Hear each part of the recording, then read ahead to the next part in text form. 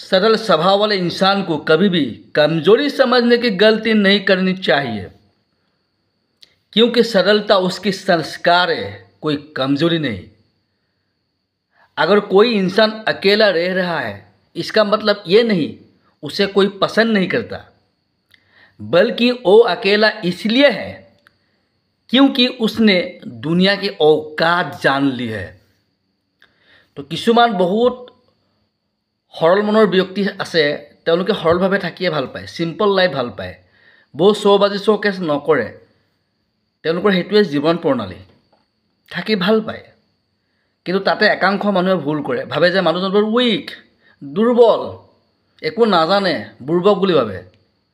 গতিকে সেইটো ভুল কেতিয়াও নকৰিব, কিয়নো তেওঁ সৰল ব্যক্তিত্বৰ ব্যক্তি হয়। তেওঁৰ মাজত বহুত গুণ, বহুত কোৱালিটি, বহুত টেলেণ্ট আছে, থাকিব পাৰে। Hope you like the video.